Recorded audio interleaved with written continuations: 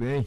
Nós estamos iniciando um trabalho inovador, né, que é o Reitor Talks, né? Então agora nós temos um podcast para conversar sobre os mais diversos temas dessa nossa agenda racial, num primeiro momento, mas da mesma maneira da agenda geral do nosso país e, por que não, do mundo, né? E para iniciar os trabalhos, nós aproveitamos para trazer um convidado de grande, né, relevância, de grande importância nesse ambiente jurídico e que vai conversar conosco sobre uma das questões que está, né, na agenda nos dias atuais, que está na agenda no todo o nosso processo histórico e que, né, tem chamado a atenção de todos nós que temos interesse nesse caso. Eu estou falando do professor Carlos Elias, que é um professor, doutor em Direito, é o nosso diretor, ou melhor dizendo, é o coordenador do nosso curso de Direito aqui na Universidade Zumbi dos Palmares e, além de ser um apaixonado por essa agenda, é também um interveniente permanente nesses debates e nessas avaliações. E a conversa se inicia tendo como pano de fundo esse mês, que é um mês muito importante, né, para reviver, repensar e revisitar o direito. É a semana, né? Semana dos cursos jurídicos, temos daqui uns dias, né, grandes eventos tratando dessa agenda, dessa questão, e nós também não quisemos ficar para trás, nós quisemos conversar aqui com o professor Carlos Elias. E a gente vai conversar com ele, sobretudo, sobre os últimos episódios, né, dos crimes raciais. Nós acompanhamos, né, desde o piloto Nelson Piquet, que fez ali uma intervenção discursiva que está trazendo uma dor de cabeça danada, mas nós vimos também, né, um dos filhos daqueles atores globais ou ex-globais que lá em Portugal também, né, teve esse dissabor de participar de vivenciar uma situação dessa natureza. Nós estamos conhecendo os últimos episódios que houve no shopping Higienópolis, que 2 jovens negros da mesma maneira foram vitimados por essa questão, e nós temos visto no futebol em tantas outras ambiências como isso não só é uma realidade, como em alguma medida, se não está acontecendo com mais frequência, pelo menos está sendo mais visibilizado. O professor Carlos Elias, bem-vindo, professor, obrigado por, né, aceitar mais essa, porque professor e amigo a gente judia, né? E estamos judiando, trazendo para vir conversar conosco e com todos aqueles que nos acompanham sobre esse tema muito importante. Uma boa tarde a todos. Na verdade, amigo, a gente não judia, a gente faz aquele convite agradável e é sempre uma honra estar aqui debatendo um assunto importantíssimo, onde nós estamos efetivamente na trincheira da situação. E como nós estamos na trincheira, nós temos que dar informações para as pessoas poderem dar sequência, saberem como agir quando se deparam com esse problema. Aliás, o professor Carlos Elias, a gente, logicamente, esse é o nosso core, como se diz, né? Esse é a nossa paixão, esse é o nosso foco de atenção. E a gente, aqui mesmo na Zumbi dos Palmares e em tantas outras ambientes que a gente está presente, a gente tem visto isso, né, se apresentar e se manifestar com uma frequência extraordinária. A que o senhor acha que deve, então, essa apresentação tão intensa desses crimes raciais na atualidade? Bom, primeiro, o que eu sempre digo para todo mundo, nós precisamos separar nessa questão do crime de racismo o que é o racismo propriamente dito e o que é o crime de injúria racial, que é a ofensa específica adotada por um indivíduo a outro. E nós estamos nos deparando com casos individuais que são os casos de injúria racial. Porque o racismo seria um grupo de pessoas. Os casos de injúria racial no Brasil, ele tem uma proporção diferente do que é em Portugal. Por quê? Porque a nossa legislação enquadra o crime de injúria racial nos crimes contra a honra. Mas nós temos uma qualificadora específica que traz isso para o racial. E quando o Supremo Tribunal Federal foi julgar um habeas corpus de prescrição, abriu-se o debate inserindo ali naquele crime racial o crime de injúria.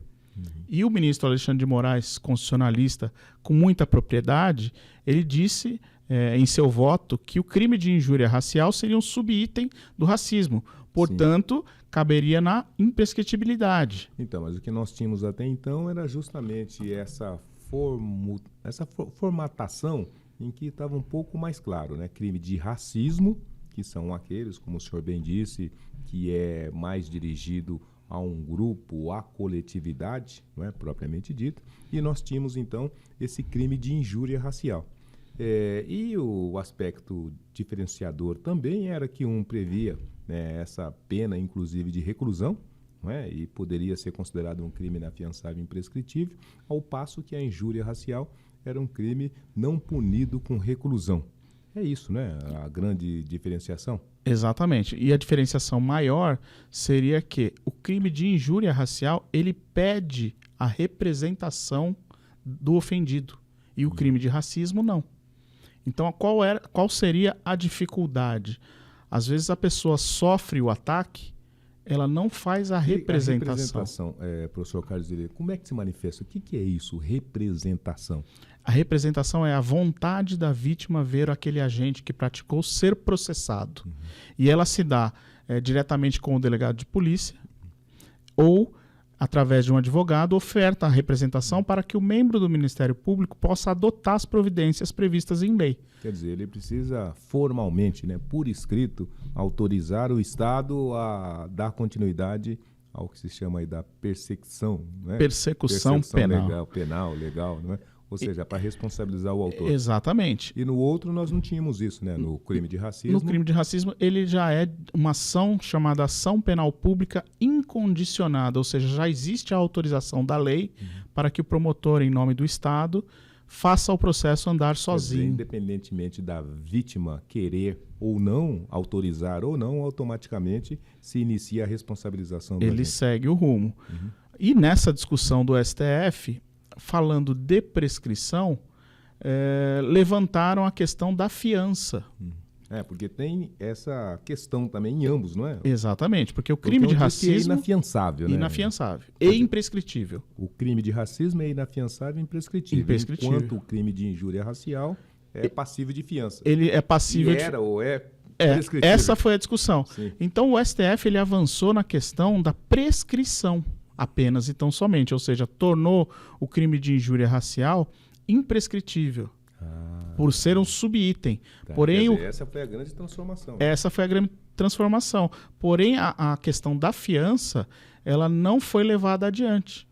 De então modo continua que sendo um crime afiançável. Aquele que praticou uma injúria racial pode ser colocado em liberdade se preso em flagrante, porque a lei permite que ele pague a fiança. Exatamente. E uma confusão que a gente percebe na cabeça de todos praticou-se a injúria racial, vamos trazer aqui para todos entenderem, num estádio de futebol. Sim.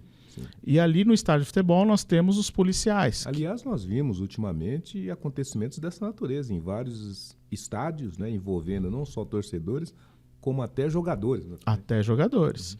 A polícia, então, faz a prisão em flagrante, identificado o autor. Ele é levado, preso. Pode prender o jogador também, professor? Pode prender o jogador em campo. Então, o jogador tem que ficar esperto agora. Tem que ficar esperto. Ele é preso. Mas a autoridade pode afiançar para que ele responda aquele crime em liberdade. Por quê?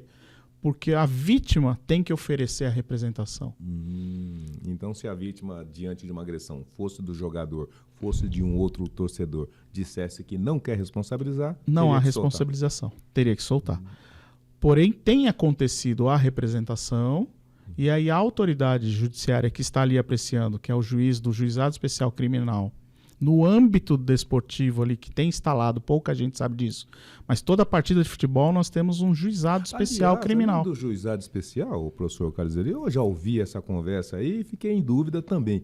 É verdade que tem um cilindrozinho, tem uma prisãozinha, tem um local nos estádios que esses cometem crimes raciais também, fica guardadinho ali, é isso mesmo? É verdade, fica preso ali, guardado, só que nós temos um diferencial. Sim. A audiência de custódia, que deveria acontecer em 24 horas, ela ocorre no estádio também, porque nós temos um promotor de justiça e um juiz de plantão no jogo. Que curioso. Então quer dizer que em situações de ocorrência de um crime quaisquer, mas sobretudo de um crime racial, o indivíduo já é abordado, autuado em flagrante, já levado diante da presença do promotor e do juiz. Exatamente. E se for ali mantido o flagrante, já vai para o cilindrozinho ali do próprio campo. Fica ali no cilindro aguardando a resolução, participa da audiência de custódia, que se tiver elementos suficientes, pode ser convertida a prisão em flagrante para preventiva. Nossa e não Senhora. Havendo elementos, o juiz, então, ele se utiliza de um mecanismo processual que nós denominamos medidas cautelares diversa da prisão, onde ele pode afiançar, ele pode pedir para a pessoa comparecer ao fórum mensalmente. E o torcedor sabe disso? O torcedor não sabe disso. Então, nós precisamos avisar.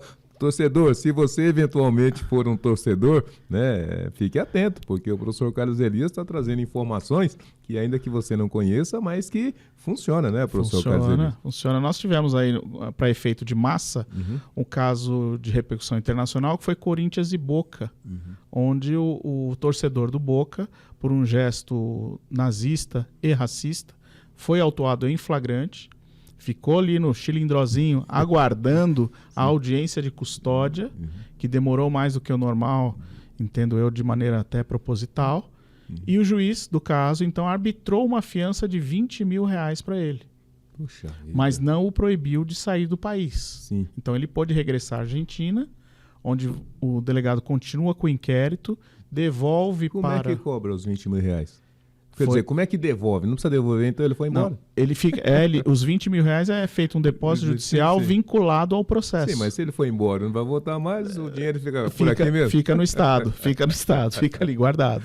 Mas olha que coisa curiosa, professor Carlos Elias. São detalhes e detalhamentos que o grosso das pessoas não tem conhecimento, não é? E são mecanismos bastante delicados, né? Que se manifestam diante de que poderia ser uma simples ofensa racial, não é? Exato. Ou seja, movimenta toda essa estrutura para, ao final, implementar justamente essa vigência da lei, não é? Mas o senhor falou de uma coisa interessante. O senhor está dizendo assim que, no caso desse autor argentino, que ele fez gestos e que ele também fez qualquer menção nazista. Então, porque essa é uma das dimensões da injúria racial. Da injúria racial. O que é, então, essa menção e o que é esse gesto, para que quem está nos ouvindo possa entender? Esse tipo de gesto... Para configurar o crime racial. Exatamente. É um tipo de gesto que seria um assessoramento e um incentivo à prática racial contra pessoas. Porque a gente viu, por exemplo, eu estou puxando para a memória aqui na nossa conversa, mas eu me recordo daquele caso do lateral da seleção, não é? Que jogaram o Daniel Alves, né?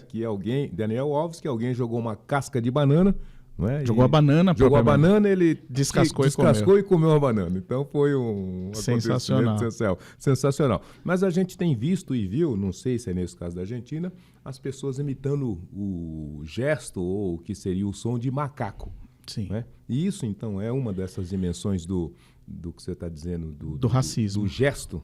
Exato. Por quê? Porque muita gente, e creio que os ouvintes... Sim, e por que disso? É isso que eu queria complementar. Eles por que acham que você fazer uma menção ao macaco, você está atribuindo a cor.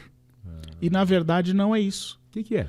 É uma amplitude. Por quê? Porque quem é o macaco, o gorila? É um primata, que é considerado uma raça inferior.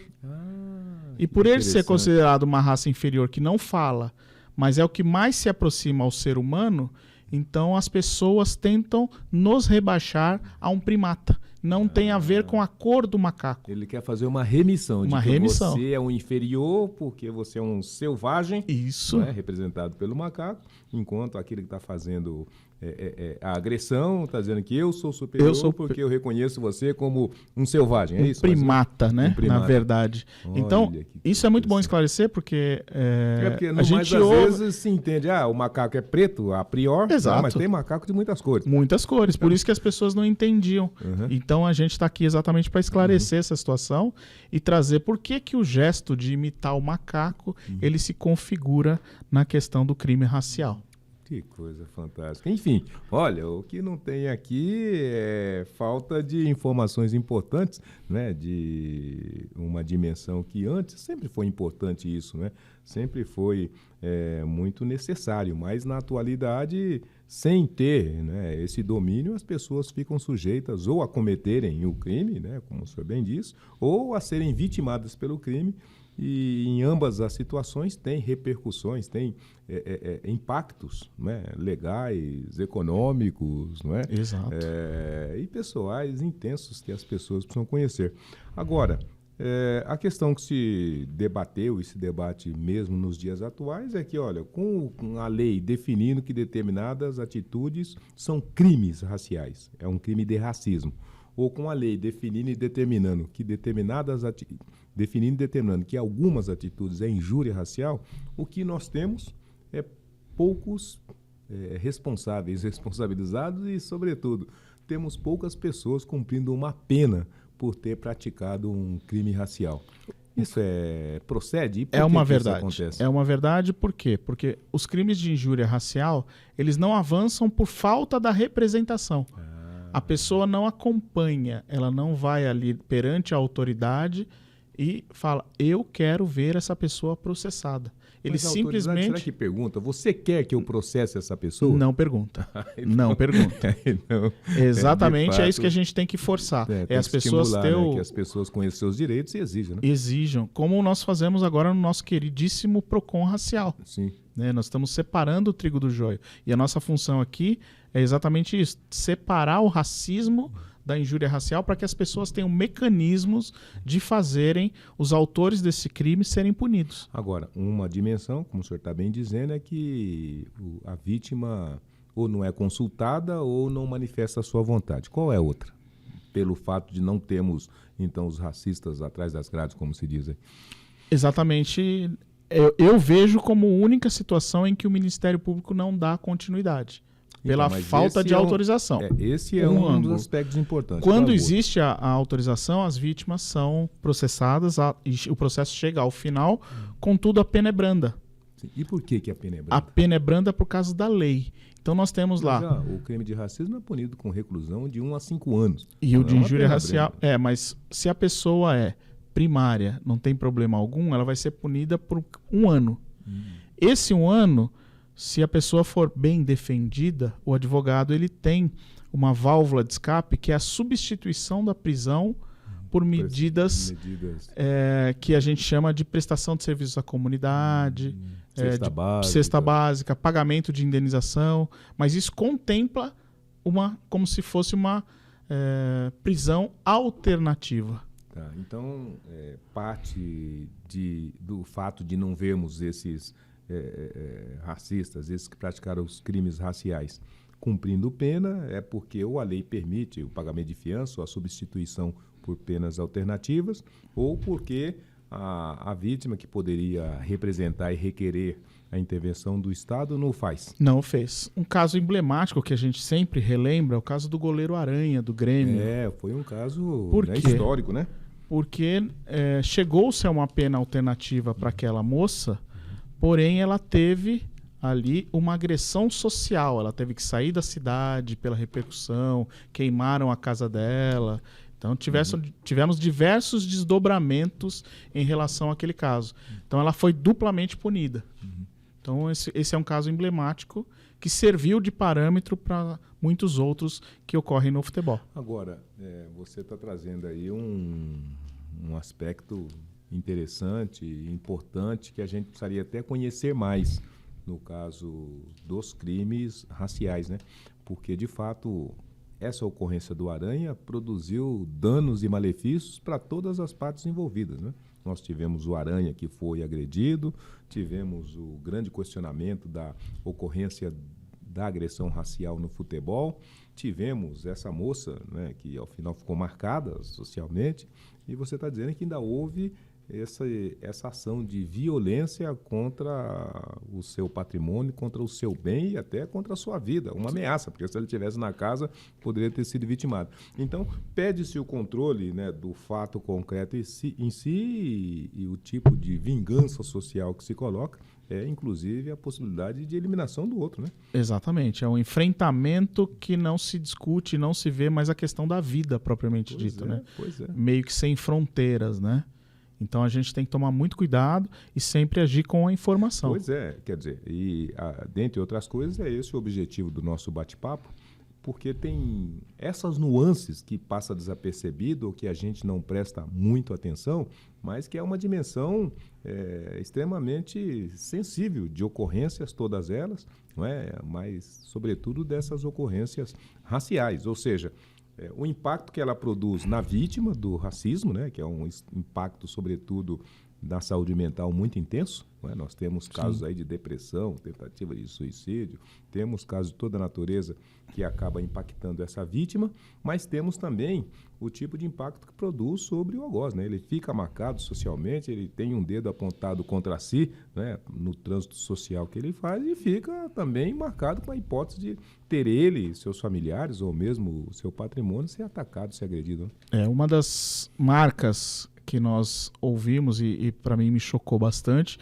foi quando nós perdemos a Copa do Mundo em 1950. Nós tínhamos lá o goleiro Barbosa, que era um goleiro negro.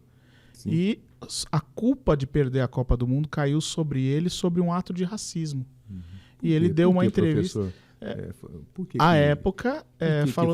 que esse racismo se manifestou na pessoa do goleiro? Porque era o único negro ali jogando. E era o goleiro que tomou o gol. Então a culpa, ela veio carregada desses sentimentos. E uma entrevista que ele deu recentemente, ele falou: eu tenho mais de 40 anos de condenação. Se eu tivesse pego a pena máxima no Brasil, eu já tinha me libertado. Sim. E até hoje eu carrego essa pecha. Aliás, é curioso essa imputação de responsabilidade às pessoas por conta de vários motivos, mas da raça também, porque esse caso, ao final, ele serviu como um catalisador de debater essa perspectiva do racismo, no sentido de que, né, do jeito que a gente está falando do caso do macaco, né, que você precisa saber quem é o inferior, não é? Nesse caso também a percepção era essa. Era né? idêntica. A falha houve porque ele é um desqualificado, ele é um inferior e por conta disso o coletivo sofreu um prejuízo. É essa a vertente. E logo ele tem que ter um responsável, apesar de ser um esporte coletivo. Foi só ele. Foi só ele, né? Que curiosidade interessante. E o senhor traz aí que a gente tinha até esquecido. São esses temas que a gente levanta, porque eu acho sempre importante você mesclar esse tema com a paixão. E quando a gente traz dentro do futebol, você refresca a memória de todo mundo, né? É verdade. Aliás, eu estava falando dos prejudicados e um dos grandes prejudicados também foi o goleiro Aranha, porque no desenvolvimento do processo ele acabou também sendo vitimado, né? Exato. Onde já se viu ele colocar um fato desse, né, publicizado, fazer reivindicações, né, de correções em cima desse fato que é tão comum, é tão natural, e ele ainda, né, querer denunciar e querer que haja punição, né? Uma outra coisa que é importante a gente enfatizar, que o fato não é natural. Sim, é natural para quem cresceu nesse ambiente de desconhecimento. E nós estamos passando por uma era de trazer conhecimento, e essa é a nossa função. Pois é. E esse é o objetivo, porque a gente tem acompanhado e imaginávamos, né, porque o senhor está dizendo para a gente, olha, mas o nosso país tem lei que pune o crime racial com pena de reclusão, né? É um crime que tem um tratamento de crime inafiançável, um crime imprescritível, e nem assim a gente consegue evitar que o crime racial se manifeste. E se manifeste nos mais diversos ambientes, né? O senhor está citando aí a exemplificação do futebol, mas ele acontece no futebol, acontece dentro de casa, acontece na empresa, acontece nos espaços culturais, acontece ao final dos mais diversas localidades. E no mais das vezes as pessoas não sabem os seus direitos, né? E o senhor está trazendo aqui uma informação importante. Olha, primeiro que você tem o direito de reivindicar que aquele autor seja punido, não é? E o senhor não disse, mas também, como nós temos visto, a lei permite que você faça a solicitação de uma responsabilização econômica, né? Aquele que cometeu aquele crime pode ser sujeito a lhe pagar um determinado valor de reparação de danos morais, né? Que se traduz em dinheiro, né? Exatamente. A responsabilidade de indenização, ela corre concomitantemente. Ela não necessariamente precisa se aguardar o processo penal e, em paralelo, ele conhecendo o autor, ele pode sim processá-lo por uma reparação de pecúnia, que seria a indenização de danos morais. Pois é. E a gente viu, por exemplo, esse episódio que eu citei, né, do Nelson Piquet. Então, nós conhecemos de que, primeiramente, foi impetrada uma ação contra ele, né, pelo crime de racismo, mas concomitante à responsabilização penal, da mesma maneira foi impetrada uma ação de reparação de danos morais da ordem de 10 milhões de reais. né? Então é só para situar quem está nos ouvindo do grau de responsabilização que um ato racial pode implicar para qualquer pessoa que esteja envolvida com isso, né? Exatamente isso. Então, essa é a grande vertente e a nossa grande luta. Professor Carlos Elias, nós estamos aqui bastante entusiasmados, não é, com uma ferramenta e com uma ação que disponibilizamos para essa agenda, né? Nós estruturamos aqui o Acolhe, que é justamente um espaço, um ambiente, um instrumento que pode ajudar a resolver parte das questões que estão relacionadas com o impacto da ocorrência do crime racial. Nós sempre temos dito que as pessoas precisam de orientação de como reivindicar os seus direitos e como até, da mesma maneira, realizar esse direito, né? E as pessoas, em regra, não sabem. Mas o que nós temos aqui no Acolhe, além desse atendimento, desse suporte, dessa orientação, é também uma dimensão importante, mas nem sempre responde às necessidades da pessoa. Uma pessoa que tenha sido vítima de uma agressão racial, qual deve ser, qual precisa ser as ações, as conduções necessárias para, ao final, resolver essa questão? Muito bem. O mais importante é a pessoa identificar o ambiente que ela se encontra. Por exemplo, se ela estiver no ambiente, no espaço público, ela deve se dirigir ao responsável do espaço público, porque o mais importante é identificar o autor do fato. Então não adianta ela sair daquele espaço e se dirigir à delegacia de polícia, porque aquela pessoa não será identificada. Você vai atribuir à polícia, tentar buscar umas imagens, identificar. Sem a identificação, o espaço fica mais longínquo. Então, se ela estiver no espaço público, ela procura o responsável para identificar aquela pessoa. Se ela estiver no condomínio que ela mora, ela vai procurar a administração do condomínio para identificar a unidade, o apartamento, o bloco. Por quê? Porque o mais importante é você identificar o autor do fato. Identificado o autor do fato, aí sim ela pode ir para a delegacia de polícia. Por quê? Porque as pessoas têm o afã da prisão em flagrante. E a prisão em flagrante ela vai ocorrer naquele ato se alguém segurar a pessoa, o que é raro acontecer, né? Se a gente voltar no exemplo do estádio de futebol, aquela pessoa vai ser identificada pelo sistema de câmeras. Sim. E vai tentar se identificar, a PM vai até ela e leva para o juizado especial. Facilitou o trabalho. Mas o que nós temos que pensar é no dia a dia. Sim. E no dia a dia a pessoa tem que procurar identificar quem foi. Quer dizer que a primeira ação é identificar do autor, comunicar isso num ambiente público para quem seja o responsável daquele ambiente. Exatamente. Se é num shopping, para o responsável pelo shopping, se é no banco, pelo segurança ou gerente do banco, ou coisa que vale. Exato, porque se ela tiver um ambiente público e for um ambiente de consumo, ela vai poder utilizar essa ferramenta maravilhosa que é o PROCON racial, além das penalizações possíveis. Então, o primeiro espaço que ela tem que estar é identificar onde foi. Então, ela identificou. Ela fez a identificação, aí ela tem a necessidade de comunicar, de formalizar esse acontecimento e solicitar as providências. Como é que ela faz? Ela se dirige à delegacia de polícia para lavrar um boletim de ocorrência e na lavratura do boletim de ocorrência, estando identificado o autor do fato, ela tem que fazer a menção que ela quer ver aquela pessoa processada pelo crime de injúria racial. Legalmente. Agora, o que tem sido alvo de debates e de discussões das mais variadas é justamente as dificuldades de fazer a prova no crime racial. Porque, em regra, isso acontece diretamente entre uma e outra pessoa, né? Duas pessoas, teoricamente, um negro e um branco, ou um negro e um negro, que faça uma manifestação racial, agressiva racialmente, verbalmente, ou num gesto, ou num ato, e sem provas você não consegue responsabilizar o autor. Que cuidados, então, que são necessários para garantir e fazer a manutenção dessa prova? Quando existe um ambiente que está sendo filmado, estão sendo veiculadas as imagens, e essas imagens são utilizadas para prova, propriamente dito. Ou, se a pessoa está cercada por alguém, a prova testemunhal. Então, ter o cuidado de colher os dados da testemunha ao lado, Então, se uma pessoa estiver acompanhando aquela ocorrência, uma pessoa estiver vendo aquela ocorrência, é importante que você pegue os dados para que ela possa, posteriormente, servir como testemunha daquele crime. E quando a gente fala testemunha, nós temos um fato interessantíssimo, que a testemunha é uma prova testemunhal. Muita gente acha que a testemunha vai lá falar para o juiz, não, mas ela é uma prova testemunhal. Sim. Eu não tenho imagem, mas ela tem aquela pessoa identificada que viu e ouviu. Sim. E aí está a prova. Ela vai lá, ela reproduz o que ela viu, o que ela ouviu, e é uma prova daquela ocorrência que é suficiente, ou pode ser suficiente, para responsabilizar e condenar o agressor. Sim, e além da palavra da própria vítima, que é um peso muito grande. Sim.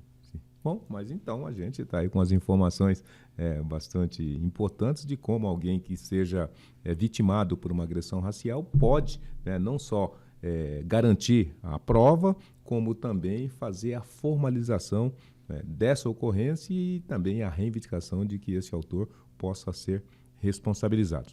Bem, se precisarem, o Acolhe está aqui, se precisarem, o PROCON Racial também está aqui disponível e nós esperamos que com essas medidas, com esse serviço, a gente contribua não só para diminuir o grau de ocorrência do racismo na cidade de São Paulo, na sociedade brasileira, e que também não só estimule, mas encoraje as pessoas para reivindicar os seus direitos, e para fazer a reivindicação daquelas indenizações que a lei determina para todos aqueles que cometem o crime racial. Exatamente isso. Pois é.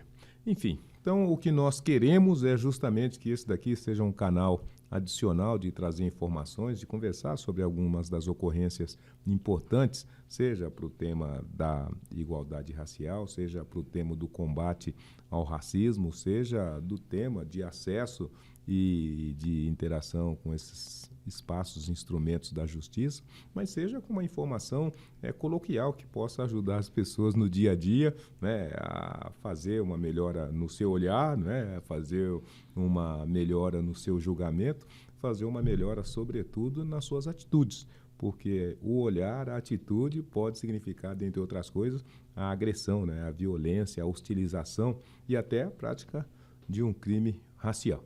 Então, eu quero agradecer, professor Carlos Elias, pela gentileza aqui de participar conosco no Reitor Talks, que é o nosso espaço aqui de debates da nossa queridíssima Zumbi dos Palmares. Cumprimentá-lo pelo trabalho, por essa posição muito definida no combate a todo tipo de discriminação e dizer que nós vamos convidá-lo outras vezes para conversar sobre temas tão importantes como esse. Eu que agradeço o espaço e estamos aqui sempre à disposição. Muito bem. Então, se você gostou, fique ligado que a gente vai voltar com o Reitor Talks para falar sobre diversos temas que estão bombando na atualidade. Um grande abraço a todos.